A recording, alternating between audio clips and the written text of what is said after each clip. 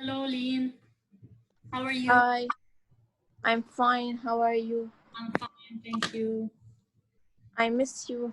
I miss you too. But we're going back, so see you soon then. So excited about going back? Yes, but scared a little bit. A little. All of us are, but hopefully we can manage. If we're careful, we can manage. Like the cases keeps on increasing, so They are. if we go back to school, they will increase even more, and we'll take online school again. So Yeah, we'll see little a what little. happens. Yes, it might. Hi, Mahdi. We'll see what happens. We need to be extra careful, of course, take all the necessary precautions. And Good morning, Mas. Good morning. Here you are, ما Mahdi. في إلا أنا ولين بعد. They're coming. Okay, electricity. نحن الشاطرين أول شيء نفوت. Yeah, of course. So مس حيطلبوا البي سي ار. sorry. مس حيطلبوا البي سي ار لما نفوت. I don't know. I haven't heard anything like that. Not to my knowledge. We'll see what happens, but they may make periodic tests every now and then. But I don't think you have to do it. Okay, so أنا ما معي كورونا. thank God. Hello, everyone who joined. Let's see, Muhammad. Okay. أهلا بمحمد. Good afternoon. Good afternoon, everyone. I miss you all. Actually, even though we were just talking now, even though we're a little scared about going back, I'm actually excited to be able to physically go to school and physically explain things in a class. As a teacher, I really miss it. Okay, so did you guys manage to take a look at the video? Hopefully, you should have. Yes, I want. Hello, Ren, Joelle, everybody. Hi. And if you take a look at this, you notice that all the skills, the reading skill comprehension we've taken last year, all of them, no exceptions. Did you see them in the video? Yes. Yes. Okay. So we will start, of course, we will not take all of them, even though it's review, we will not take all of them together. I will give you this much for the first part, and then we will take the rest in the other part or the next chapter. Okay, now the second slide is the writing strategies. The only writing that we didn't take last year is the persuasive writing. Can anyone tell me what persuasive writing is? It's when you want to persuade the reader about a specific point of view. Exactly. When you want to convince the reader. Thank you. How is it different from argumentative writing? If you can remember. Argumentative writing, there's a paragraph that we have to put that has to do what? 2 points of view, and each try to convince you on his side. Thank you, Lynn. In an argumentative point of view, I have to put my side and I have to put the opposing claim and refute it. But in a persuasive essay, I don't have to put the opposing point of view, only my point of view. So this is the difference. Some of you will find persuasive writing easier than argumentative writing. Okay, now next slide. Any questions regarding the writings? No. Case study writing, of course, we took that. 5-paragraph essay where we speak of a specific case, a person, a certain river, a certain city, a certain game, for example. I might make a case study about Fortnite. Okay. Now, أنا وقفت فورتنايت يا ماس. thank God, I'm so happy to hear that. Really, so happy. How do you find that? بس سكر اريا فبقي انتي فيروس وانتي فيروس ما بحب العب عنده فوقفت. Okay, good. Thank you. I hope you have more time to العافية خيي. and do something more interesting then. Okay, our first theme, and of course we took this last year, is adolescent issues. What does the word adolescent mean? Not adults yet, but they aren't kids. Okay, which age group is that? Good, Liam. Which age group is that? Between 13 and 19. Yes, 13 and 19. No, between 14. No, 13. Why do we call them teenagers? Because their age ends. 13 بعدنا صغار. Okay, 13. All of you here are adolescents. And as we learned in previous year, it is a particularly turbulent stage. What does that mean, Ren? It's turbulent. Ren.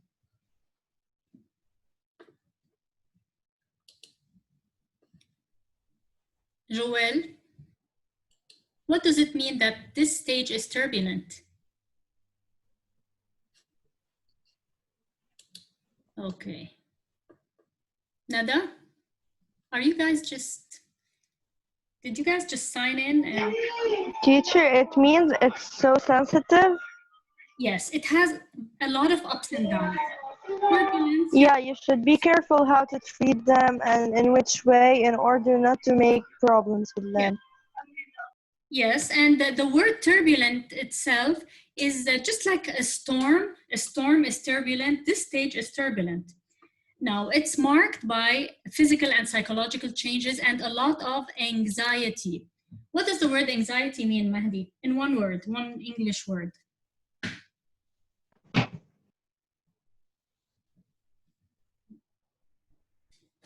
Ren, can you explain anxiety? An anxiety, it's a situation that teenagers face when they are like facing problems and nobody can find a solution for them and nobody can understand them. So they like live alone in their room, playing. Okay, anxiety from their families. Anxiety is it's not exactly depression. Anxiety is a lot of nervousness. Anxious means nervous all the time. Remember that synonym from last year? Yes. Okay, and it is one of the characteristics of being a teenager. You're nervous about college, you're nervous about school, you're nervous about your peers, your social media profile, you're anxious. In general, you are anxious. Okay, let me see if questions. Okay, Mahdi, you can't hear me? Okay, and also at this stage, there are a lot of conflicts, like what? Generation gap, which is what? The type of conflict that occurs between? Parents and their children. Yes, like parents and their children, people of different generations, school and college related anxiety, peer pressure. You guys are going through a lot of peer pressure now. Okay, some of it could be positive. Peer pressure. Who are your peers? Who is a peer? A friend or a colleague. People of your same age group. Yes. Now, all of you in 10th grade are peers. You might not be friends, but you're peers. You're alike. Okay? And you guys might experience pressure. Okay, look at the phone she got. Look at that dress. Look at. Or maybe a peer could maybe pressure you to go out and not tell your parents. That's called peer pressure. Some of it could be positive, but a lot of it could be negative. And this is where parents should watch out. Now, our first lesson entitled with the title of Teens Sleep Longer, Are More Alert for Homework When School Starts, discusses the sleeping cycle of teens and how early school hours affect them both physically and mentally. Okay, let me ask you now. Who would like to answer this question? Me. Okay. Now, how do you find your sleeping cycle 4 years ago and now? How can you compare them? 4 years ago and now. 4 years ago, like parents say for you go sleep because you have school, you have homework, you have the class, Okay. so you should sleep early in order to wake up Yeah, early. that's so But true, you bro. used to sleep Now without early. You were school, able you to. can sleep. Okay. Now, as a teenager, what happened to your sleep cycle? It changed. How? It's affected by our life. Like no school, we stopped school at some time, and then we completed. As it is scientifically proven that adolescents cannot sleep early. Yep. They have a difficult time sleeping early. Do you experience that? Yes. Okay, so this is what the article speaks about. They are unable to sleep early, yet they have to wake up at around 6 or 6:30 to go to school. And this in turn affects them, Yes, okay, affects their school it's a performance. problem also. It's a problem for them. So this is what the next lesson will be about. Please read it carefully when I assign it, of course. Now, the skills, all of them are in the ebook, which I'm going to send to you. The school will give you access to the ebook, but I will send it to you before so that you can start reading. Remember the skills from last year? All of them are inside your ebook. You want to answer a question, you go to the beginning of your ebook and you take a look at them. Okay, would you like me to go through them? Okay, those are the skills that you need to take for this chapter. They're all revision, of course. Titles and subtitles, thesis statement, types of introduction. Remember the types of introduction we took? Okay. The anecdote, very كثرة الأفعال المضارع. historical introduction, general to specific, interesting facts and statistics, and series of questions. So those are the types. And this is how I'm going to ask you such questions. Now, how do we answer a question related to the title? What is a title? Why does an author write a title? Who do I have here as viewers? Muhammad Hassan. Why does an author write a title?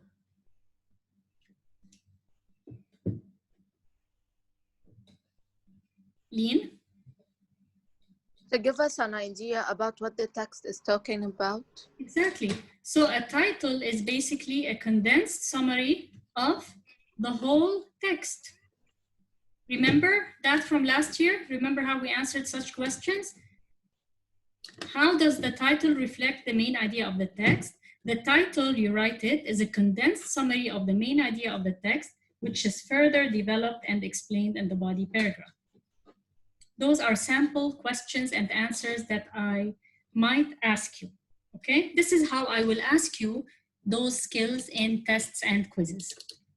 Please go through them thoroughly in your book.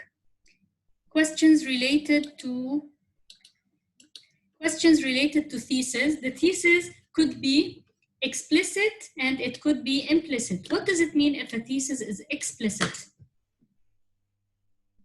Who can answer? Direct. Direct. Thank you. It's stated, it's present. What does it mean if it's implicit? Is it there? Does it exist in the text? No. No, it's implied, and I will ask you to provide a thesis for this article. And those are the sample questions. Please go through them. Which sentence reflects the thesis statement? Identify the thesis statement. Why does the writer place it where it is? And another way, the opening paragraph of the above text does not seem to contain a clear thesis statement. Reread the paragraph and skim through the text to supply your own thesis statement. Okay, moving on. Of course, those need to be studied. This is not enough. Okay? Now, relation between introduction and conclusion. Of course, how are the introduction and the conclusion related? Generally, how are they related? They have the same ideas. Like, can you guys raise your hands? There's an icon for raising your hands. Okay, Lean, can you answer, please?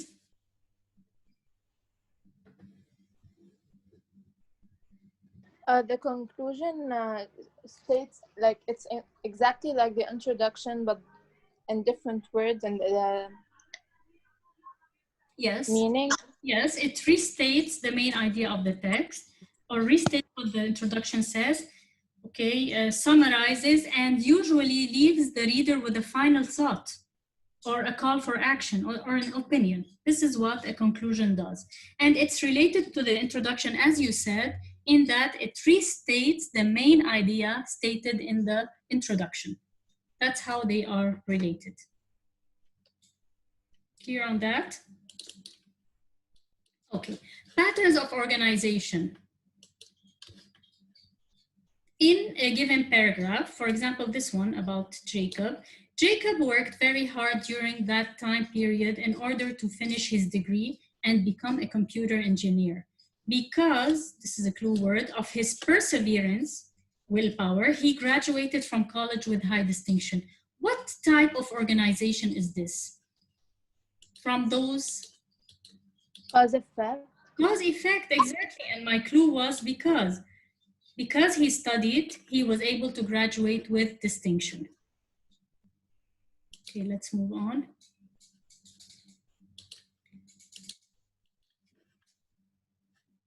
Okay. So exemplification, definition, comparison, contrast, cause effect. Remember them from last year? Listing and classification, when you are listing several items, several nouns or several verbs. For example, doctors consider 3 main symptoms that indicate the presence of diabetes, high blood sugar, constant fatigue, dry mouth, and frequent urination. The author is listing the symptoms of diabetes. And there's also time or chronological order, where the author in the paragraph uses different time words. So obviously the order is one of chronological or time order. This is mostly used in narrative paragraphs or narrative essays. Okay?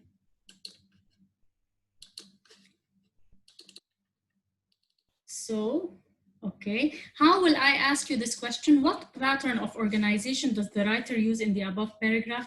Explain. In the above paragraph, the author uses time order as a pattern of organization.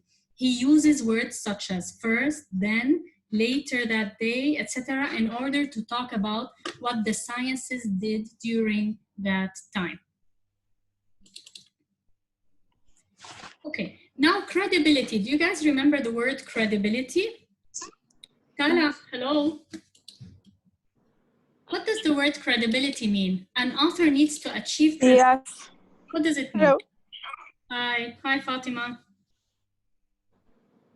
Can I answer? Yes. It means that we give credit to the, I think, the author or something, like where we got this from. Okay, for example, okay, that would make you achieve credibility. In order to achieve that, I need to present statistics. Is my screen glitching on your side? Can you see the screen? It's not. It's not, or my screen is glitching. In order to, credibility means being objective and believable. If I want to achieve credibility, I need to give what? 3 things. Statistics and facts, okay? Real life examples and expert opinions, witness testimony, and statement of authority, so that I am credible as a writer. Credible means what? Believable. So people will believe me. I tell you that, for example, smoking is bad. How can I be credible? I need to present you. No. Okay, you would tell me no until I do what as an author? Until I present facts, real life examples, and expert opinions. Then my article will be credible to you. Okay? So, and the three words all mean the same: credibility, objectivity, and authenticity. What does it mean to be authentic? The word authentic means what? Real, believable. Okay? How do I achieve those in an article? I have to include at least one of those, or else I am not credible. People will not believe what I wrote. Is this clear? Credibility. It was one of the skills we took last year, and we answered a lot of questions about that. Okay. Let's take some sample questions. How does the writer in the above text achieve objectivity and credibility? Illustrate with specific examples. Or what means of support does the writer of the above text use to achieve accuracy and credibility? Give examples. I would answer this way. The writer achieves credibility and objectivity by using proper means of support, such as facts and statistics, where you tell me, you give me at least one statistic. She also uses real life examples. You tell me about the real life example. And of course, they would give experts' opinion, like the forensic doctor who examined this girl who was murdered early and then died, okay? Three things: facts and statistics, real life examples, and expert opinion or statements of authority. I might ask you also the question in a different way, in an inverted way. The writer in the above text relies heavily on statistics and real life examples. Why does she resort to this technique? The writer uses real life examples, statistics, and expert opinion in order to achieve credibility, objectivity, and authenticity for her text, full stop. Only a one-sentence answer when I ask it to you this way. And this is how I asked it in the worksheet. Okay? Understood? Credibility? Yes. Okay. So in one word, what is credibility, guys? We're finished with the PowerPoint. What is credibility in one word? Being what? If I am a credible person, I am what? Trusted person. Authentic. Trusted. My article should be trusted, believed. Thank you. Okay. So the next time, what I will do is introduce the chapter, teens sleep longer, are more alert for homework, etc. I expect you, of course, I will post them Friday. I expect you to start as of Saturday and Sunday with those. Let's take a look at the worksheet, which you guys told me was okay. Cyberbullying. What is cyberbullying?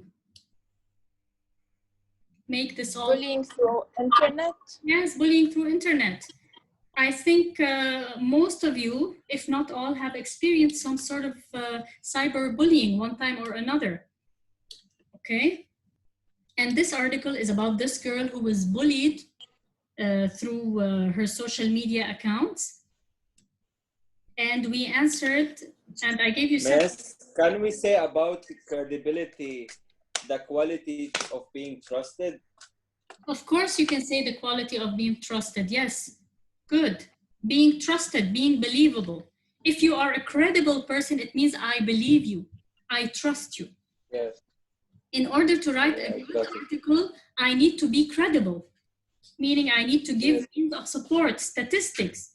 I can't just say that smoking is bad. I need to tell you why it's bad by statistics, etc. Okay. I'm not going to go through the comprehension questions because they're straightforward. I'm going to go through the skills questions in the article. Let's see. Skills. Okay. Number one, what type of introduction does the writer use? What purposes does this technique serve? Let's go to the introduction. How does the author start? He starts with a short story about this girl. Good. A story of Rachel, an anecdote. And why does he do that? In order to attract the reader's attention and to give a short idea. Yes, I want three purposes. To grab the reader's attention, Attract Real life example. arouse their and to give an idea or introduction for the story. Thank you. Three of them, okay? Arouse the reader's attention, arouse their curiosity, okay, grab the reader's attention, arouse their curiosity, and introduce the main idea of the lesson, which is about this teenager being bullied through her social media account. Okay, there it is. Can you see it? This is my answer here. And this is how I expect you to answer, of course. It's not difficult. We'll work a lot on them this year also, just as we did last year.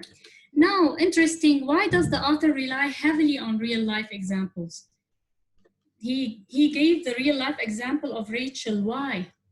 And what happened to her?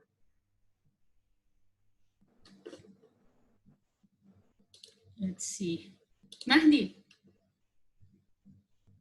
Tala, why does the author give the real life example of Rachel?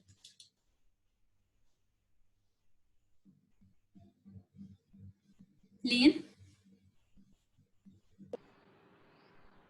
To be credible and to show us that this is happening in real life. Thank you.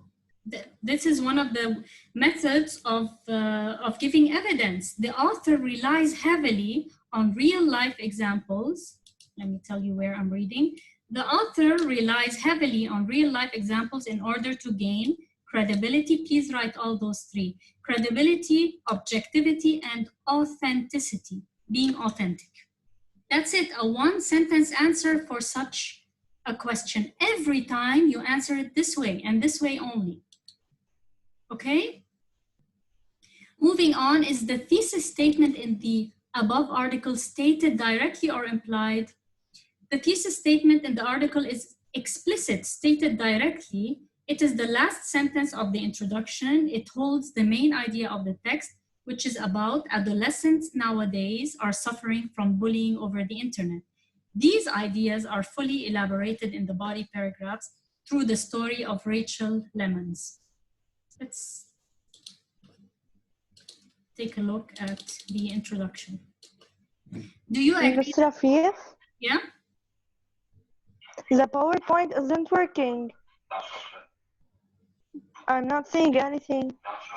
You can't see the worksheet? No, I can't. Why didn't anyone? Give me a second. ولا أنا. Give me a second. Me too. Okay.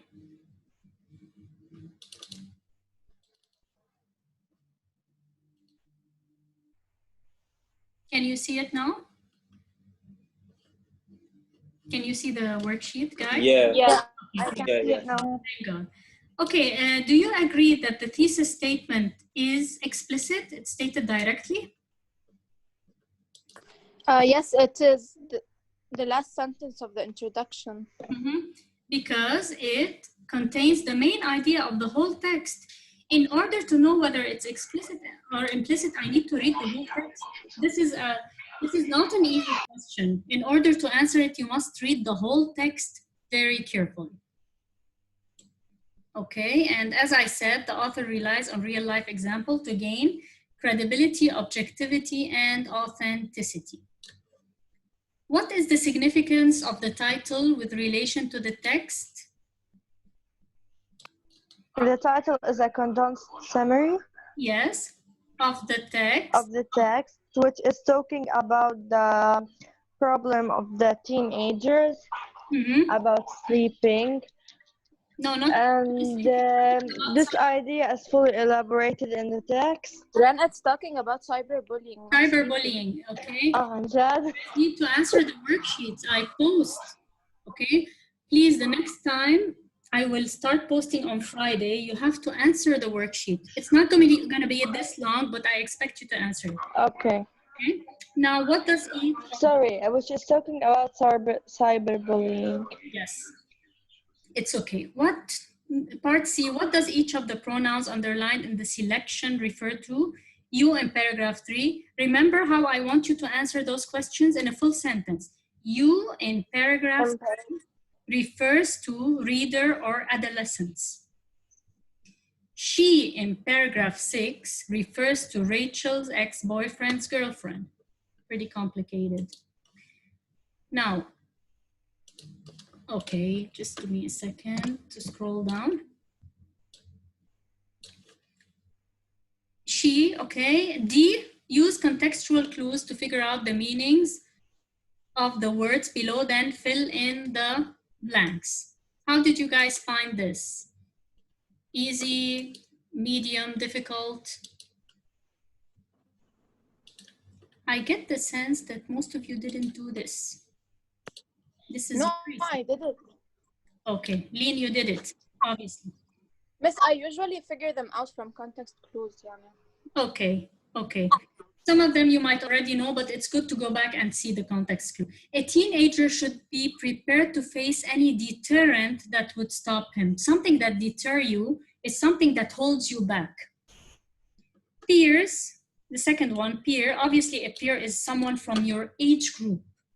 Not necessarily your friend, but from your age group. The taunting, number 3, the taunting that Rachel faced was psychologically damaged. What does it mean to be taunted by someone all the time? Like provoked by someone. They keep calling you names and they keep bothering you. That is taunting. Number 4, the intensity and amount of self-loathing feelings that bullied teenagers sometimes have could eventually lead to suicidal thoughts. Intensity, what does the word intensity mean?